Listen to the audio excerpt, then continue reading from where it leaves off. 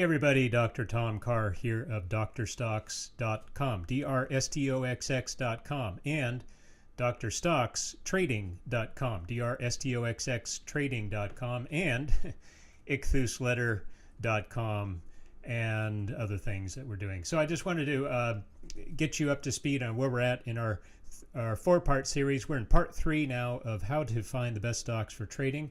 And in parts 1 and 2, we built a screen using the finviz.com website, free trading site. And let me call up that screener here. So we have what I call the basic stock scan. And we have inputted a variety of different indicators. Look at parts 1 and 2 of this series to get the details on those. Now, something very interesting here that I need to point out is that we're right now in the middle of a very strong market correction. Markets have been selling off the last few days, and yesterday, the day before, really big time selling pressure. Looks like we might open up down again for a several day in a row selling frenzy. And not exactly sure why all of that is happening. No one is, and it's been a bit of a mystery. But anyway, that's the way it is. That's how the markets go. So with that in mind, because I have this RSI indicator in there, which gets us into stocks that are showing strong uptrending action, I'm going to have to erase that indicator because, as you can see, with that indicator in place, I have a not oversold greater than 50 as my filter. I'm only getting one stock showing up, and that's not enough to make your watch list. So I'm going to go ahead and remove that, just set that to any, and that leaves me with 48 stocks that I can select from. Now, in the second part of this series, we looked at sorting through those stocks using the price to sales ratio, and I explained in that video why this is your best go-to valuation metric. If you simply click on that, you're going to sort stocks with the lowest price to sales ratio at the top, and that is most bullish. So in the world of stock trading, low price to sales means strong price growth going forward. That's our expectation. Strong price movement, I should say. We don't know if the company's growing or not, but the price relative to the amount of sales revenue coming through the company's coffers is very low, and so a lot of upside potential there. And as I said before, this is your strongest correlation between all the various valuation metrics. Price to sales is number one in terms of predicting forward price movement. So that's the one we want to use to sort out our best value candidates among these top 48 growth stocks. So I went ahead and made a portfolio of the top 20 stocks on that list. Remember, we had 48 from our original scan. We're taking the top 20 of those, and I made a portfolio with that criterion in mind, and let's take a look at that. So here's our top growth and value stocks. We have 20 stocks on that list, and I'll go ahead and open this in the screener so we can begin to look at these one by one. And here's now the next step in our process is looking through the price charts of these stocks and whittling them down to a reasonable number of candidates from which we will then draw our best stocks for trading.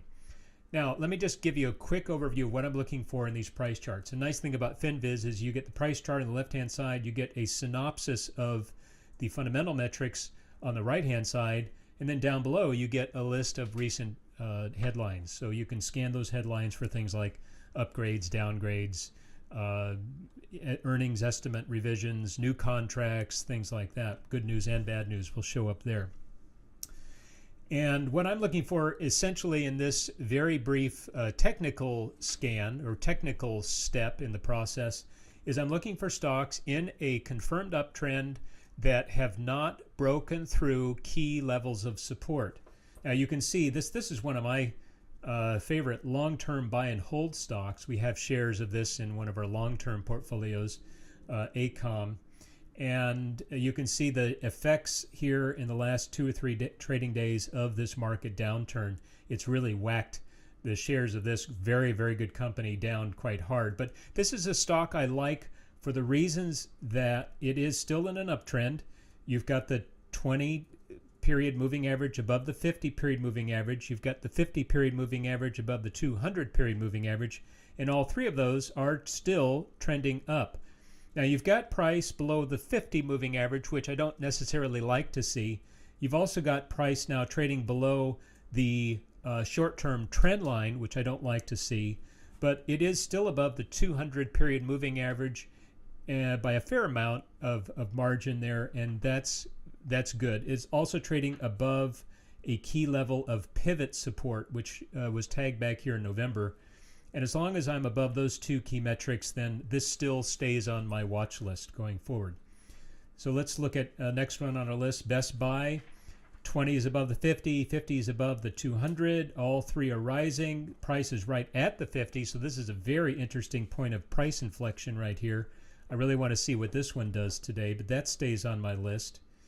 Boot is our strongest performer on the list, so it's clearly in an uptrend, and it's even trading still above the 20 period moving average, even as the market is down some 12% from its highs, and it's still doing really well. So that's a good strong stock to keep on the watch list.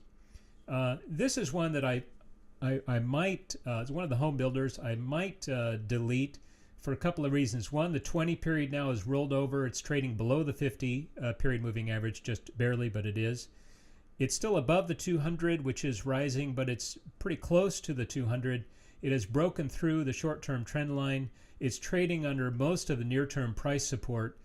So I'm not a big fan of this setup right now. So that goes off the watch list. CNO would also go off the watch list, although the 20 is above the 50, 50 is above the 200, price is right at the 200, which is often, for long-term investors, a good place to buy shares. But it has broken through the trend line, is trading below the November support. So I might take this one off the watch list. But if I like the company enough, and this is a very good value play as well as a good strong growth play. Look at that EPS quarter on quarter, 457%. Then for fundamental reasons, I might keep this on the watch list because it is still, just barely qualifying technically. But that's a maybe at this point. This one would definitely go off the watch list. It's clearly in a downtrend. The 20's below the 50, the 50's below the 200. You're trading down here to 52-week lows. Don't like that one at all. Ford, look at that spike. It was up here at 13.25. It's down now just about 10.25. A good 27, 28% crash in a couple of weeks. So that goes off my watch list for all sorts of obvious reasons.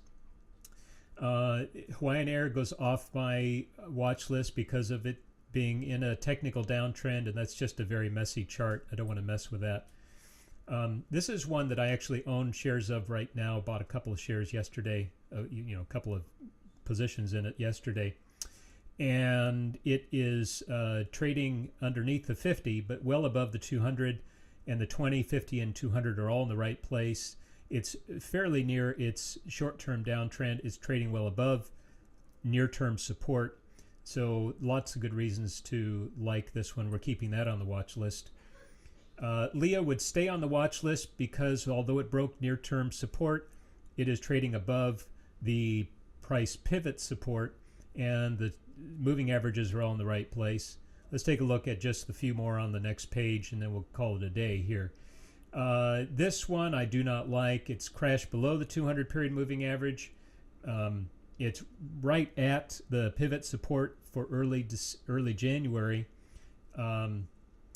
Actually, now that I take a little longer look at it, we don't want that. Now that I take a little longer look at it, and looking over here at the fundamentals of this wholesale drug company, actually kind of like those fundamentals. Everything's very green, and that looks good. Low valuation metrics, strong growth metrics, and it is fairly near support. So I would keep an eye on that one. Probably keep it on the watch list for now. MPC, Marathon Petroleum, we certainly like for all those good reasons we mentioned before. MTZ had a really bad day yesterday, but still in a strong M trend. That stays on the list. OSK probably would come off the list. Moving averages are in the right place, but it's below the 50, and it looks like it's right at the November price pivot support, and really trading down sharply. and PSX is an interesting oil and gas play. Probably would keep that on the watch list because all the moving averages are in the right place. Now, one thing I need to mention here, a lot of these stocks are showing very sharp downtrending action over the near term, and some of these have printed what look like reversal candlesticks on yesterday's trading. It doesn't mean they're going to reverse, but it does provide a very interesting look for us on a technical basis. Now, we're going to talk in the next video about how do you pinpoint your entries and exits.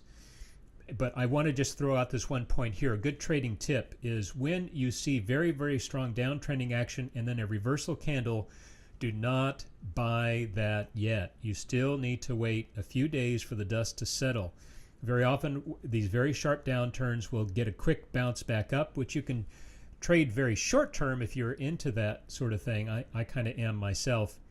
But not a good place to put on a swing trade or a position trade. Certainly not a good place to become a long-term buy and holder, because you want to see the stock build a base in this area. You want to see it put in a good, healthy, bullish base as bulls and bears sort of slug it out over the next few days, even weeks.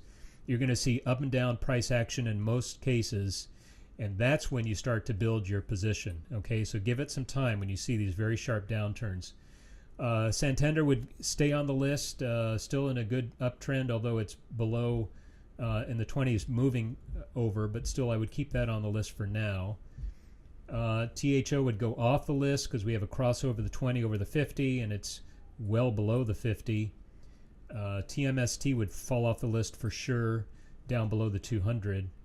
WGO would probably fall off the list, but I'm interested in this as just a short-term trade because it looks like it's going to bounce off the 200 period moving average, which is very close.